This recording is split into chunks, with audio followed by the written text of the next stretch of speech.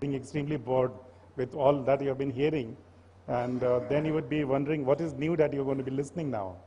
We have a group of wonderful speakers, starting from Mr. Rajesh Kumar, who happens to be my batchmate, a very dear batchmate. Mr. Govind, Ajit Sahu, Mr. V.K. Sharma, Iftikhar Kakru, and Sheikh Imtiaz Ahmed. Now, I hope that this session is basically relating to rural and urban management, and the topic given is innovative trends in ICT implementation for better urban and rural management. I have no claims to what ICT has been doing in the rural side of it, though I'm pretty familiar.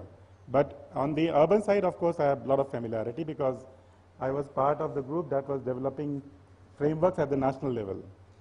Before I begin, let me just give you some inputs or some brief about what at the national, from a national level, between 2005 and 2012, what we were trying to do.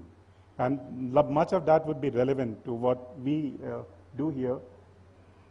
Now, first of all, let me say that when we talk about innovation, now the first question that you need to ask that how much innovation you need. Do you need innovation for the sake of innovation? This is extremely critical when you are dealing with IT sector. IT sector for a long time in our country was very vendor driven. They came and told you that they have lots of innovation to sell, and once you bought that package that they've developed, you were done. All your problems were going to be over. This was a typical problem that the IT sector was selling dreams to lots of people. This is an extreme view, so I mean, take that in that perspective.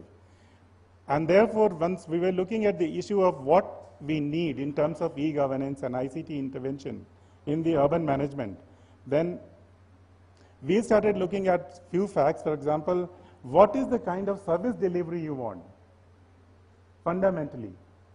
Now, many of you would have heard about JNNURM, that is Jawaharlal Nehru National Urban Renewal Mission, which was the most important initiative and continues to be most important initiative in the urban sector. This was the most critical reform that has happened post-independence.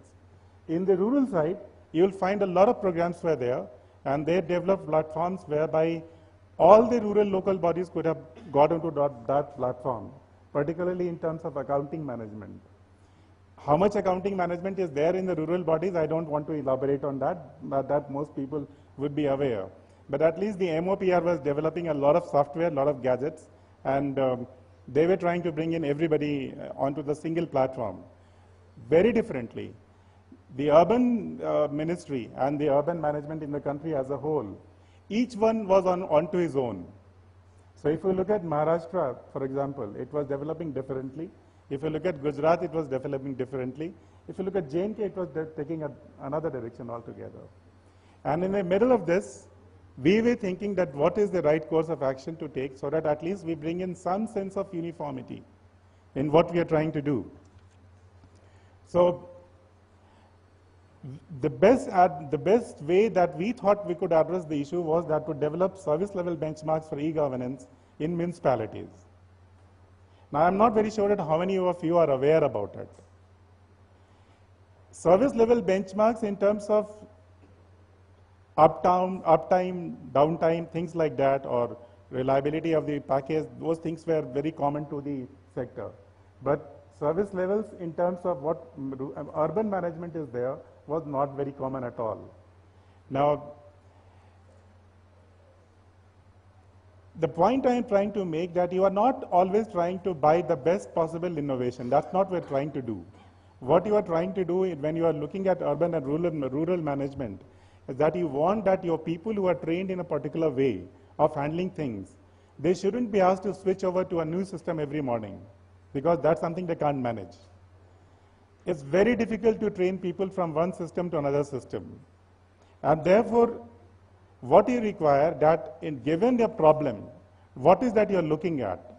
And the best way to define that, as I told you, if you look at the e-governance service level benchmarks for the municipalities, you'll get a lot of answer there, that what is that you're looking at. For example, we talk about grievance redressal. What exactly do you mean by grievance redressal?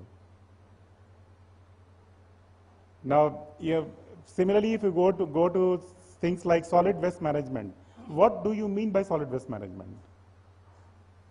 And if you are talking of ICT intervention in solid waste management, what is that you are trying to manage in that? Now, I'm not going to elaborate on because those of you who are interested, you will find all these answers about how best we developed it. This is now a nationally accepted framework. There were two frameworks we developed. One was the service level benchmarks for the urban sector, which included water supply, which included solid waste management. There were basically 4 key sectors, so stormwater management, but separately we also developed e-governance benchmarks for municipalities. This was accepted by 13th Finance Commission, by and large, what we did there. And that became what you will find that this concept is now becoming very, very sort of ingrained in how we do urban management. Before I proceed further, just wanted to tell you that innovation, once we talk about it, we must understand that some of the audience will also, some of the audience has been asking questions just before this session started, that we have so many other problems. The problem really lies in defining exactly what do you want out of what innovation you're talking about. You should be very, very clear. And I'm sure that this group of speakers who will follow me will be able to throw a lot of light on that. But to begin with, I have the pleasure of inviting Mr. Rajesh Kumar, Principal Secretary, IT, Government of Manipur. Mr. Rajesh has been part of Ministry of Urban Development earlier, and he has handled very important assignments at Government of India level. So all over to you about what initiatives you are taking in terms of urban management.